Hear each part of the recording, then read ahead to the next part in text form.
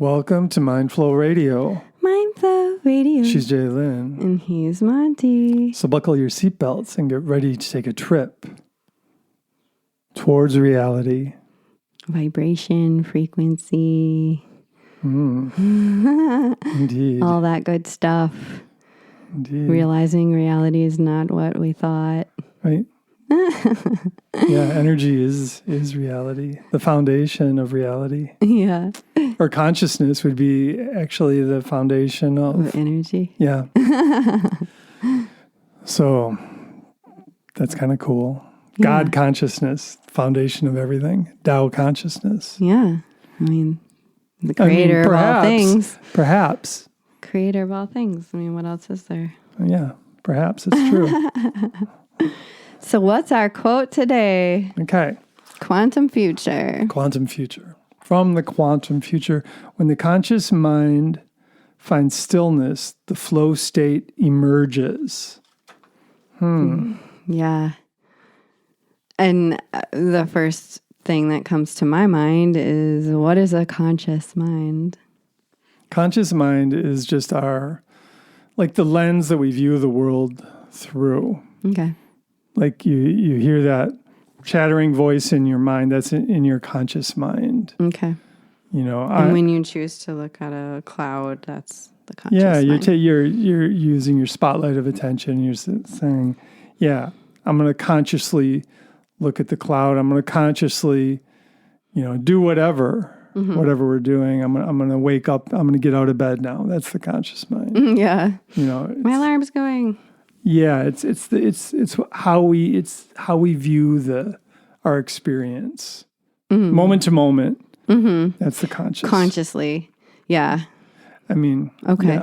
Yeah, because I feel like the subconscious rules a lot of that, but it does. I mean, because we're creatures of habit. Yeah.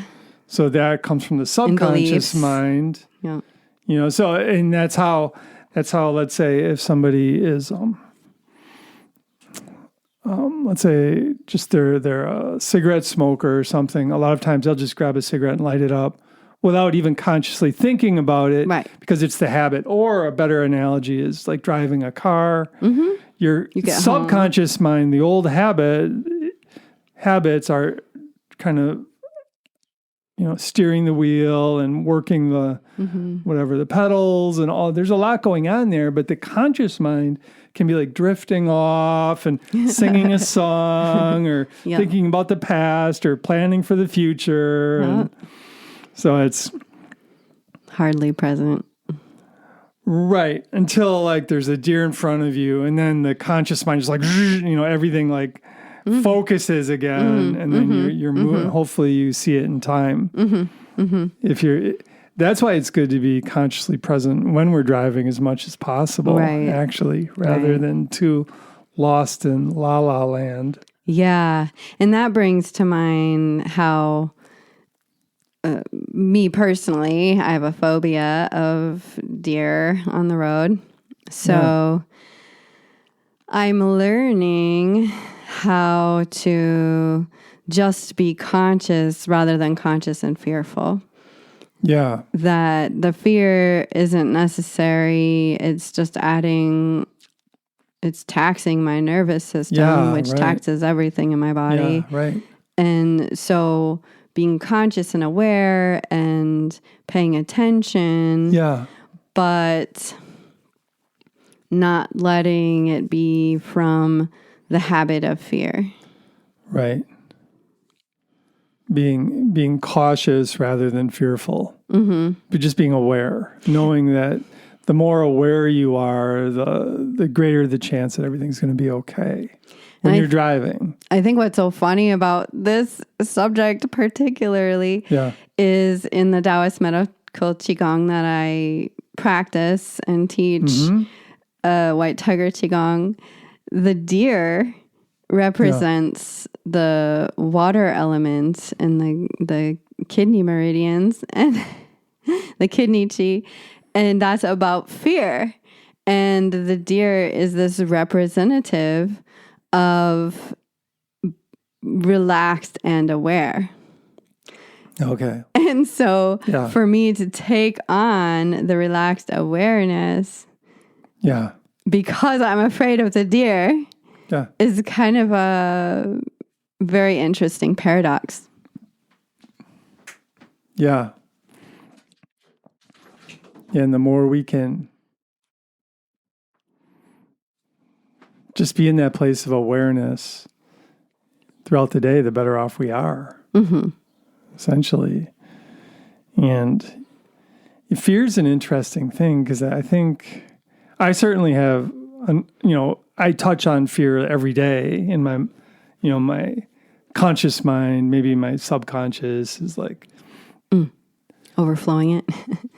Maybe. Yeah. I mean, but it's something that it can be beneficial, but it definitely has to be, for it to be beneficial, it can't be running the show. It's got to be moderate. It's kind of like any of these like really powerful emotions like anger. Anger can be helpful once in a while, but usually it's just overdone, and we're, people want us to be angry and exploit us because of it. Right.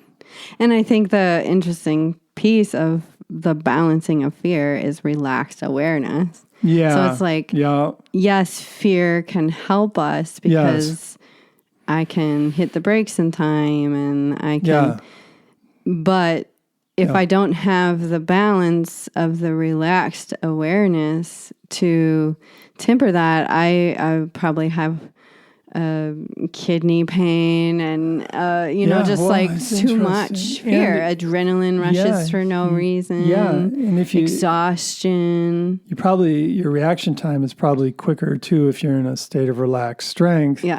And just like flow instead of like, just always like freaking out. That's how I used to be. I've gotten a lot better. I feel like I'm really starting to harness this idea, and it was just so funny learning the deer in the qigong and being like, well, how funny that the deer is the representative of learning balance of fear because I'm so afraid of deer. So for me, that was funny. Yeah. But could you read that quote again? When the conscious mind finds stillness, the flow state emerges. The flow state. Yeah, and I have a story about that experience I had like years ago. I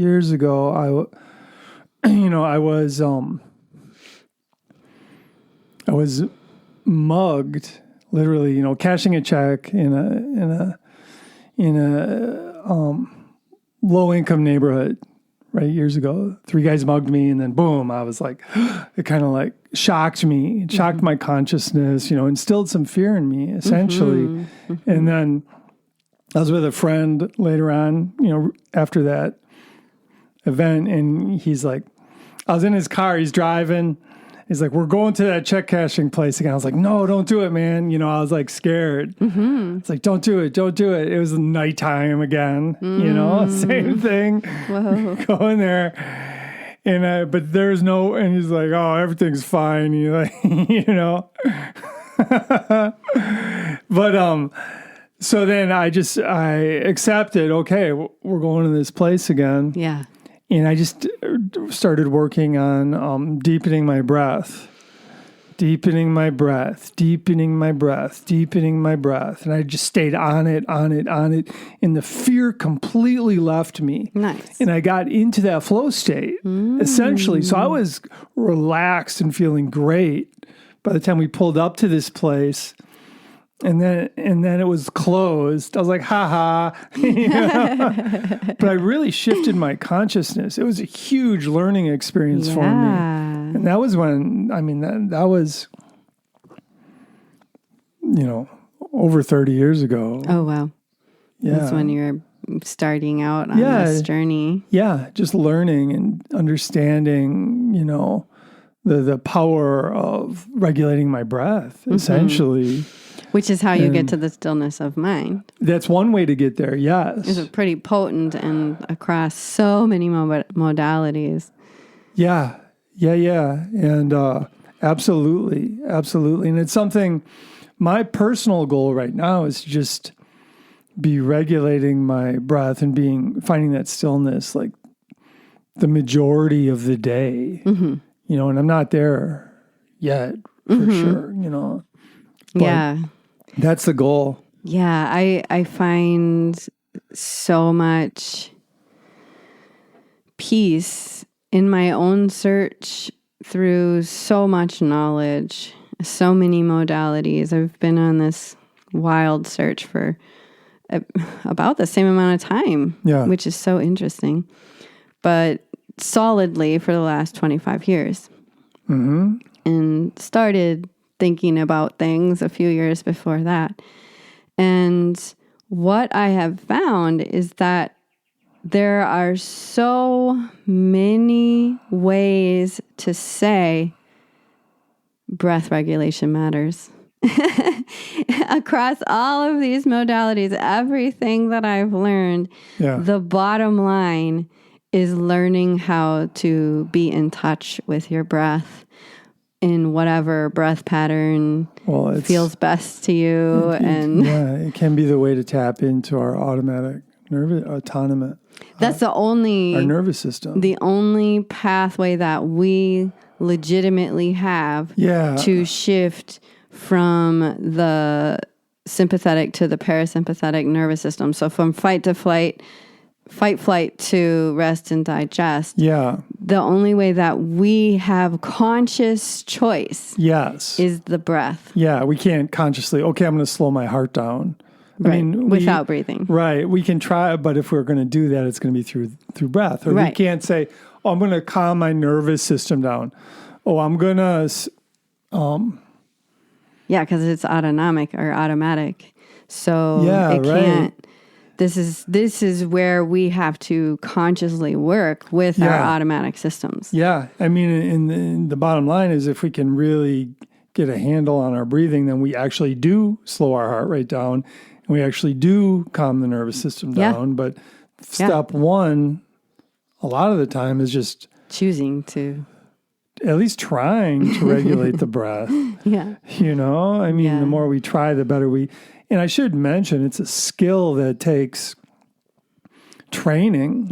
And some people's will be better than others at like mastering it. I mean, I'm still struggling with it, but I continue to make progress, I believe, and I've been working on it for many moons on and off. And and you're able to work with it more in the day-to-day. I'm still mainly working on it during my training time when I'm practicing it.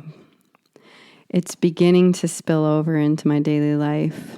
My goal is to just, because I have a daily meditation practice, but my goal is for that to segue into just meditating as much as possible throughout the day. Just trying to be in that meditative state.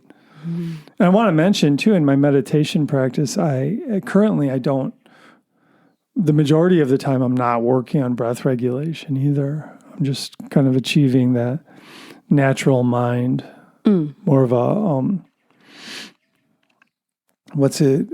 the contemplative meditation state.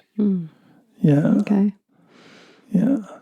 For me, my meditation is very much about getting my stories to a mere minimum and fully doing breath regulation. That's cool. I like what's your mantra? No story, back to the body. It doesn't matter if it's a good story, a bad story. It doesn't matter if it's a realistic story or a fantastical story. It doesn't matter if it's something that just happened or might happen. And what's so interesting is I'm really getting into this Taoist secrets book called The Immortal Sisters. And it talks specifically about that. Not holding anything in the mind, because or like when we look at a tree and we go, that's a tree and it has some broken branches and and that, there's some green there and there's some yellow there. When we're defining it like that, instead of just looking at the tree and just looking at it. Yeah. When we start defining it, we're actually adding weight to our brain because we're adding all these details that aren't necessary because we could just enjoy the tree. Yeah. And so when we're grabbing all this information and we're actually weighing ourselves down, aging ourselves faster, and taxing our body. Yeah. So when we're just clear, still, and observing, there's no taxation on the body. Well, and we just feel better too. Right. Exactly. I mean, one technique I try and use to get there is just try and look at everything in front of me, kind of like from an artistic perspective, like just trying to see the beauty in it. Because it's easy when you're looking at a tree. Trees are so beautiful. Yeah. I mean, they're all like balanced. They tend to be balanced, and they flow and they move with the wind sometimes, and they shimmer, and the light's gleaming off them in a million different ways. And trees, I mean, just like looking at a tree can be a extremely just beautiful experience. It's like, wow. Yeah, agreed. And that's the way I keep coming back to that. I mean, the more I meditate, the easier it is to view the world that way. Actually, because everything there's so much beauty out there. And even driving down the road, and you look ahead at the road and see it winding around. It's like, wow, that's beautiful. Or driving through downtown Milwaukee, or not downtown, but right outside of downtown, there's all these bridges intertwining, and it's like, whoa, it's just so beautiful. And it really training your mind to see the beauty is very. I think that goes to the idea of not taxing your mind with thought and details. It's just like, oh, that's beautiful. Yeah, and the Talking Heads, they have a movie they made like years ago. I can't even remember what it was called, but part of the movie they were saying the true art, man-made art that's happening right now are just like the bridges and the the roadways and it's like, wow, I was like, yes. Yeah. It's true. I mean, it's just, so there can be beauty everywhere, and that kind of gets down to, taking control of our attention. And I think it's important that however we want our attention to, whatever habits we want to develop, like first thing in the morning, let's work on that. Let's work on the attention. And for me, after I get up, I'll make some tea or whatever, but then I'll go outside and I'll do some Tai Chi and I'll do some sitting and I'll do but all the while I'm kind of paying attention to the beauty, tuning your attention. It's a really great practice, and it leads to the flow state. Oh yeah. And it's easy to miss things. Yeah. I mean, this morning actually it was kind of a little interesting. So I went outside and I forgot to put my chair away. So my chair is sitting there and there's like a spider web. There's a spider like above it, like he attached to the chair and the tree above it, and I'm like, oh man. So I just kind of like left it, but then I sat in a different place and I just kind of looked at the spider web, and it was really beautiful. Yeah. It was really beautiful. And I looked at it sideways. It's like a line, but then I looked at it from a little bit of an angle. It's like this, really kind of beautiful circle. Wow. That's neat. Yeah. It is all about the vantage point. Yeah. Right. And it would have been easy to just miss that. Yeah. Grabbed your chair back to the web. Right. Or just been irritated. I was a little irritated. I was more irritated than myself for not putting it away. Yeah. But that's funny. Yeah. So, I mean, that was an example of me just like finding some beauty, and just focusing on it. I did meditate and like look at that spider web for like 20 minutes. Yeah. That's really cool. And the spider right in the middle, just waiting. Very cool. So Monty wrote this book, and it's written under his full name, Lamont McFerrin, and it's The Quantum Future. It's a really great, energetic tidbit.